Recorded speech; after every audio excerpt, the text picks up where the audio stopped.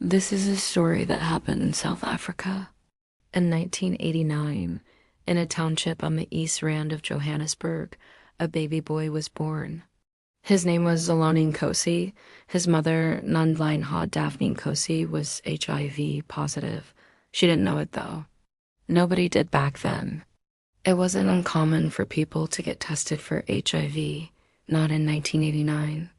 And so, like many others who got infected, she only found out she had the virus when her child was born with it too.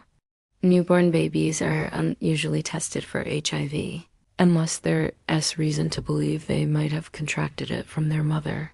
And in this case, doctors suspected little Zelani had indeed contracted the virus because of his mother's condition. Zelani's mother was already married to someone else, and she sent the baby to live with him and her sister. When Zelani was 6 months old, his health started deteriorating rapidly. He had pneumonia, tuberculosis, severe diarrhea. It was clear to the family that something was wrong with the baby. They took him to a local clinic where, after some tests, the doctor broke the news to them. Zelani was HIV positive. Around that time, the government hadn't yet acknowledged the severity of the HIV epidemic, which meant there were very few support systems in place for those living with the disease. People with HIV were stigmatized. They were often cast out by their communities and even denied health care. So when Zelani's guardians learned that he needed urgent medical attention, they took him to an AIDS care center and left him there, never to return. They were overwhelmed and scared and felt they couldn't cope.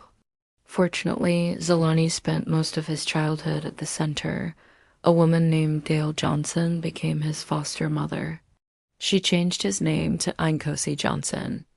Nkosi means king in Zulu and Xhosa, and Gail thought he was a little king without a kingdom. That's why she named him Nkosi Johnson. When Nkosi was 8 years old, Gail wanted him to enroll at a primary school in the Johannesburg suburb of Melville. But the school refused to admit him because of his HIV status. Gail fought the school's decision, but she lost. Nkosi was denied entry.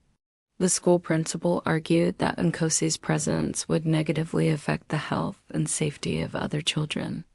And while this argument was rejected, it was only because of the media scrutiny the school faced. In truth, Nkosi was turned away because of his HIV status.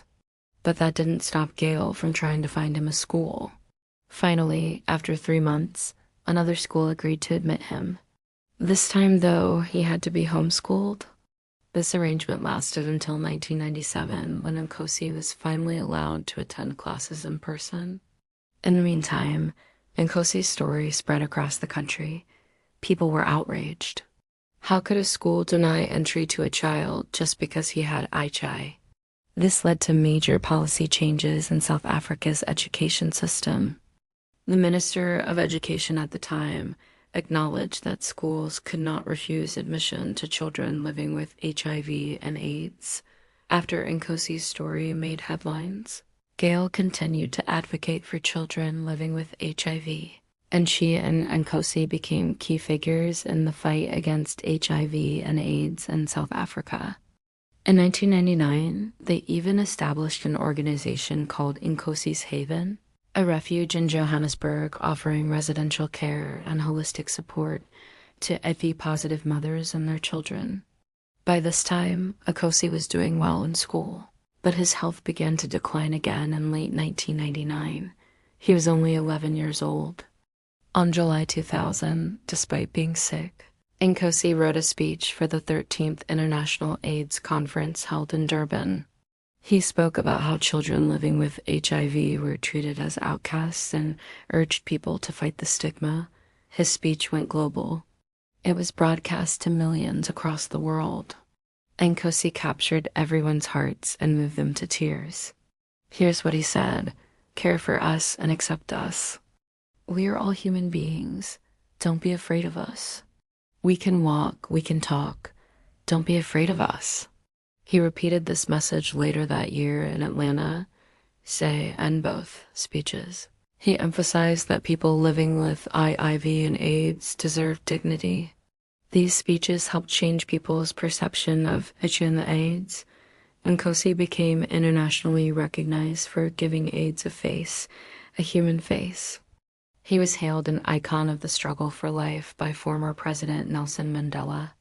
Despite ongoing medical care, Nkosi's health continued to deteriorate. In December 2000, he collapsed and was rushed to the hospital. He recovered, but on June 2001, Nkosi passed away in his sleep. He was only 12 years old. He was the longest surviving child born with HIV and AIDS in South Africa at the time. In 2005, Nkosi received the International Children's Peace Prize posthumously. The statuette was named Nkosi in his honor. Today, his initiative, Nkosi's Haven, continues to stand as a beacon of hope and support for HIV-impacted families. Through his legacy, Nkosi Johnson King remains a symbol of courage, compassion, and resilience in the face of adversity.